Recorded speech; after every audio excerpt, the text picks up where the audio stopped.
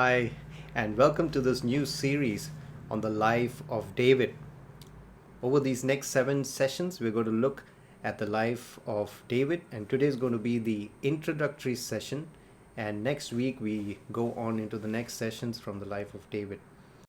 Now, every country has a leader, and the choosing of the leader, either his coronation or his winning by election, is one of the major events in the history of that nation.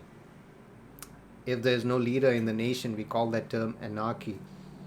And the kingdom of Israel, if you look at the Bible in the last chapter, the last verse of Judges chapter 21, verse 25, it says that in those days there was no king in Israel. Everyone did what was right in his own eyes. You see, people need a leader to guide them and lead them. But unfortunately, it's not often that we find that there is a leader who is loved by all, accepted by all, and who is really up to the mark of leading their people along the right path. You take the nations today, there are very few nations who are the majority who are happy with their leader. There is some weakness, some shortcoming that is always seen in the leader. And if you read Psalms 47, verse 7, the verse says that God is the king of all the earth. God is the king of all the earth. You see, when God created man and woman in his image, the idea was that God would be king and ruler over them, and man and woman would be his ministers, serving him, working the land, taking care as stewards of all that God had created, and they would report to God. But we know with the fall of man and woman rebelled against God, they went away from God, and sin meant that God could not have that, man and woman could not have that access to God as was there before Adam and Eve sinned. And this became a problem because people started going after their own desires, and there were still people who longed and desired for power, and they went after power and they ruled over the others. But God, even at that time, right from the beginning, was planning his salvation plan of getting man and woman back to him, to getting man and woman to accept his kingship again.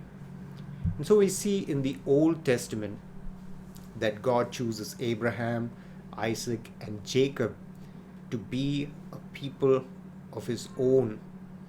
He said, I'm looking for a kingdom of priests, a kingdom of people who would serve me. And in Exodus 6 verse 7, he said, I will take you as my people, and I will be your God. And so we see that Moses, the prophets, Joshua, and we see the judges, they were under God's command, where God was king, and they would obey what God told them and carry out his service and lead the people. And we pick up the story in 1 Samuel 8 verse 5, where the people of Israel, they are a nation, and at this point of time they're under the leadership of the judge, or you could say the prophet Samuel. And they come up to Samuel and they say, give us a king like the nations. Give us a king like the nations. Their view was the world. They were seeing the world. They were seeing the nations, the glamour of having a king and a ruler who would go out before them. And they were just mesmerized by the whole thing. And they said, we need a king just like the nations. Now Samuel is very upset. In the next verse we read that Samuel was sad and upset. But God tells Samuel they have rejected me. It's not you they have rejected, but they have rejected me. They've rejected God as their king. Because till this point of time, God was king, and there is a difference between a prophet, a judge, and a king. Because when you say that someone is your king, you're giving him overall authority. That king has the power to make rules, to decide, and to lead on his own authority. Unlike a judge or a prophet who would always depend on a higher authority. And this is what God was telling Samuel. They have not rejected you from being king, they have rejected me. And so, what we need to understand is when we desire to follow the world, we are actually rejecting God. When we look at the world, when we look at the patterns of the world, and we say that I want to be like the world, you're rejecting what God has for you. And it's always, it's like a balance. It's inversely proportional. The more you go after the world, actually the less of God you're going after. You cannot have it both. You cannot have it both. If anyone loves the world, the love of the Father is not in him. That's 1 John 2 verse 15. It doesn't go both ways. You cannot have the love of the world and the love of the Father. Well, you could say that, why don't we have, I'm going to have 50% of the world and 50% of the Father. You could say there's good in this, in the world, there's good also in following God. But that's like saying I like hot coffee and I like cold coffee as well, or I like hot tea and I like iced tea as well. And why don't I mix both of it so I can get the benefit of both? But when you mix both of it, what you get is lukewarm, and that's something which is just not palatable, and it spoils both of it. And it's the same thing, as believers, we cannot have the best of both worlds. You need to choose who you're going to follow, the world or God. And so we come back to the story in 1 Samuel chapter 8 verses 11 to 18. God tells Samuel, I want you to explain to the people what is going to be your condition if you're asking for a king, but you also need to know what comes along with this king that you have asked for. And so Samuel tells them, when you ask for a king, you should realize that your sons will run before his chariots. This king is going to make your sons go before him, go ahead of him. Your king is going to appoint for his work. He's going to take your sons and daughters and they're going to be put for his works. Your daughters will be his cooks and bakers. That's what the status he's going to give to your daughters. He will take your fields and your vineyards. He's going to take what is yours and make it his. He will take your bread. He will take your inheritance. You cannot ask him questions. He'll take whatever he likes.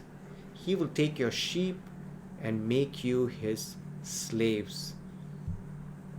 Finally, you will cry because of the king you have chosen. At the end of this, what happens is, what Samuel is saying is, when you choose to have a king like the world, you need to know that you're going to lose your identity.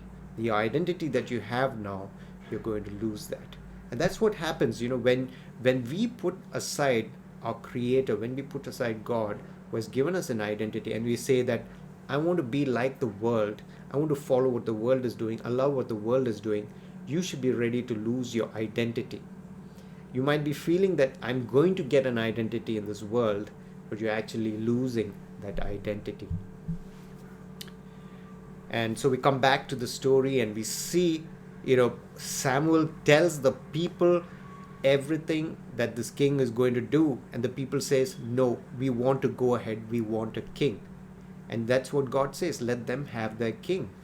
And so we need to understand that sometimes when we are so persistent that we want something, and even though if God feels that's not the best thing for you, if you're so persistent in it, God may actually give that to you. But you should be ready to face the consequences. He lets you have it, but then the consequences, you have to bear it as well. And so we see that Saul is selected, he's chosen as king, but his heart is not right with God. He's someone that the people wanted. He was taller than the rest, he was much better looking, he came from a very good family, but his heart was not right with God. And down the line, in crisis situation, we see that Saul went away from God and did things his own way. And that's when Samuel comes and says that, Saul, God has rejected you from being king, and God is looking for a king who is after his own heart. And that is where we see that David comes into the picture. And through this series, we are going to see how David was someone who was after God's own heart. David, the king that God chose. Saul was the king that the people chose according to the nations, but David was the king that God chose according to his own heart. And though he was someone who was after God's own heart, there were difficult seasons in his life. He went through different phases in his life, and we will see how David went and handled these phases. He was someone who served God's purpose in his life. When you're someone who is after God's own heart, you will follow God's own purposes for you, because God has created each one of us for a purpose, and when we seek after his heart, we will find that purpose for us. And importantly, David is the shadow of Christ.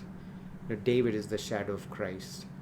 And when we read about Christ as the root of Jesse, the son of David, we see that David was the one who was the shadow of Christ the King who is to come. But unlike Christ, David was one who suffered with sin as well.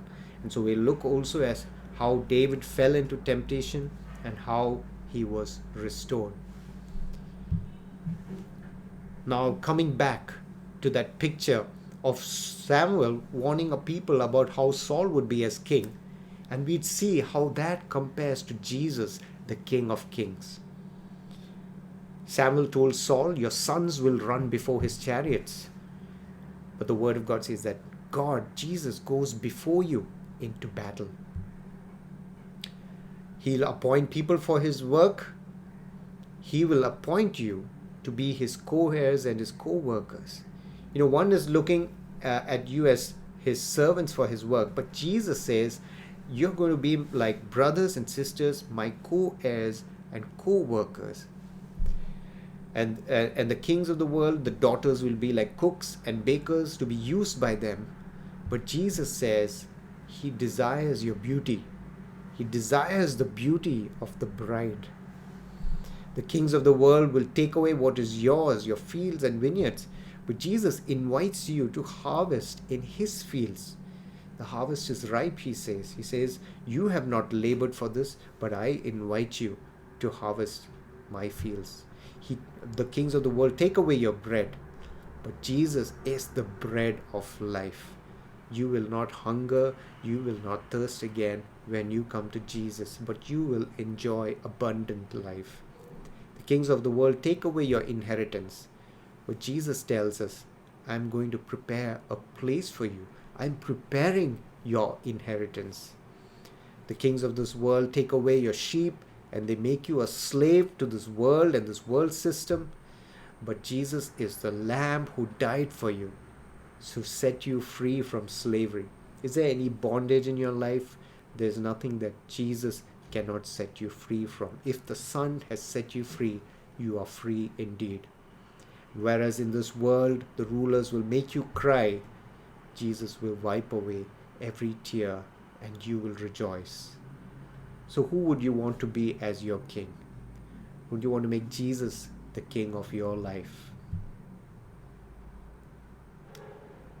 So just a few questions for reflection. Is Jesus the Lord and King of my life? Have you made Jesus the Lord of your life? Or are you trying to run your own life?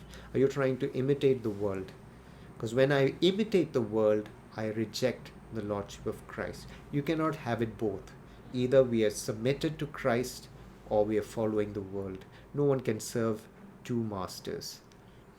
We also need to know that, when we're very insistent, that we tell God, I want this, and it may not be in His plan, but He might let you have it. But you should be ready to face the consequences as well.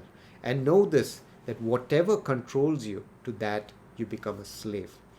Whatever you let to control you, you become a slave to that.